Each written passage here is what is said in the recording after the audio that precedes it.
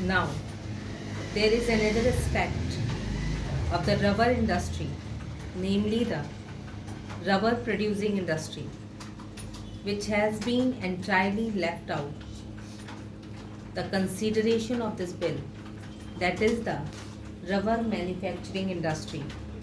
My honorable friend Mr. R.P. Sinha has rightly pointed out that aspect. We find that Indian rubber production has been consumed by the rubber manufacturing industry in India. So there is the good question of increasing Indian production. As with the tea trade, the question is of export.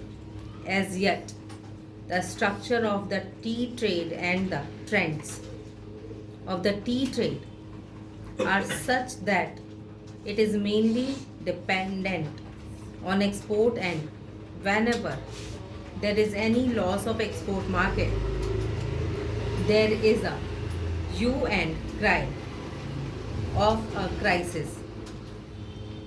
But in the case of the rubber industry, all the rubber produced in India is consumed by the rubber manufacturing industry in India. Rubber is a very important commodity, and this industry should also be developed here. There is a defect in Indian production, so the government thinks of allowing import of rubber. If the production of rubber is increased by 27,000 tons a year, that will be consumed in India. That is all very true. So my point is that in connection with the development of the rubber industry, we cannot leave the rubber manufacturing industry out of our consideration. These are closely connected with one another. Coming to the question of the rubber manufacturing industry, my friend Mr. R.P. Sinha has rightly pointed out that it is also dominated mainly by foreign companies. The rubber manufacturing industry in India produces various types of rubber goods, from tires to waterproof and other rubber materials. They produce tires and tubes, cables, general mechanical goods, including roofing, footwear, and so on. But the predominant position in the rubber manufacturing industry is occupied by Messrs. Dunlop Rubber Company, Messrs. Firestone Tires and Rubber Company, Bata India, etc.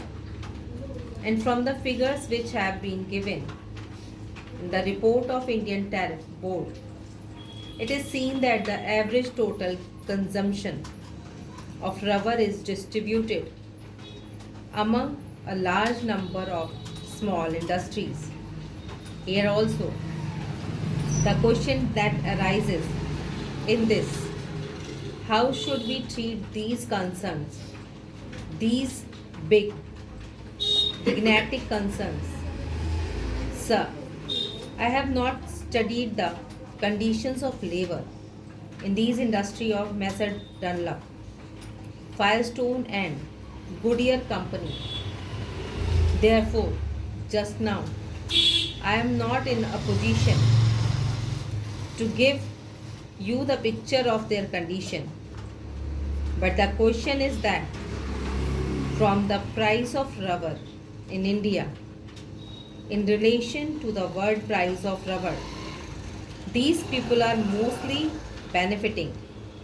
It is true that prices cannot be fixed in such a way that the big concerns will pay one price for the rubber and the small concerns will pay another price for the rubber.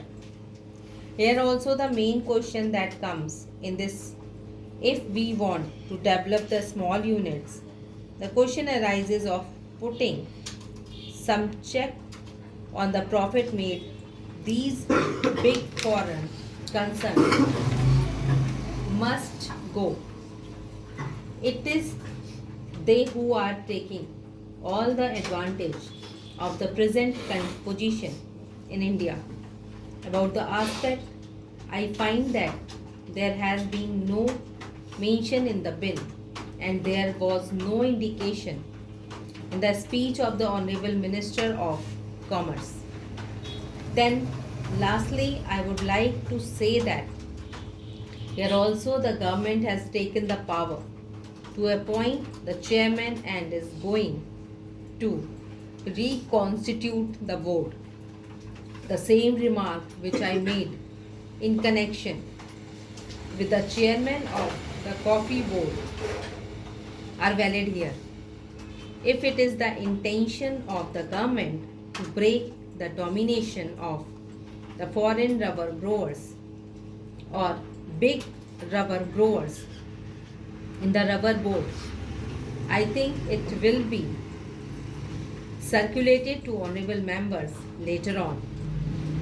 Let there not be any foreign representation of the board. If the government is not prepared to accept that suggestions, then also it can take certain other minimum steps. It can increase the representation of small growers. It can increase the representation of labor. The representation of small growers has been increased by 1, but the representation of labor should be increased.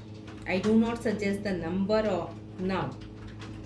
In this manner, if the government thinks that the reconstitution of the rubber board is essentially necessary in order to exercise its power for the development of the rubber industry, then the reconstitution should be on proper lines, not simply by having a nominated chairman, not simply by indulging in eyewash activities. The government should do everything to check the big foreign interest and big growers. Mr. Vice Chairman, as has been pointed out, we have a series of similar bills. Rubber is a cash crop and therefore I think the government should be very careful to see that in fixing the price of rubber, the price of the manufactured article is borne in mind. The honorable member who preceded me has pointed out that the rubber manufacturers are mostly foreign firms and the figures that he has given are really staggering. It has been pointed out that during the last 10 or 12 years, the profit distributed are 350%. That means the original 1 crore of rupees have revised 3.5 crore of rupees as profit. It has been pointed out that 1 crore of rupees have been 2 crores of rupees by means of bonus shares and the market price of the shares of 2 crores of rupees is nearly 7 crore of rupees. That means that the original 1 crore of rupees become 10 crore of rupees in our country. The foreign are multiplying their profit and are expanding their industries and getting a stronghold on our economy. The honorable members of this house give protection. They want Indian industry to develop. The advantage of this protection is taken by the foreigners. They set up factories in our country, and if at all some money is brought from outside, is multiplies tenfolds.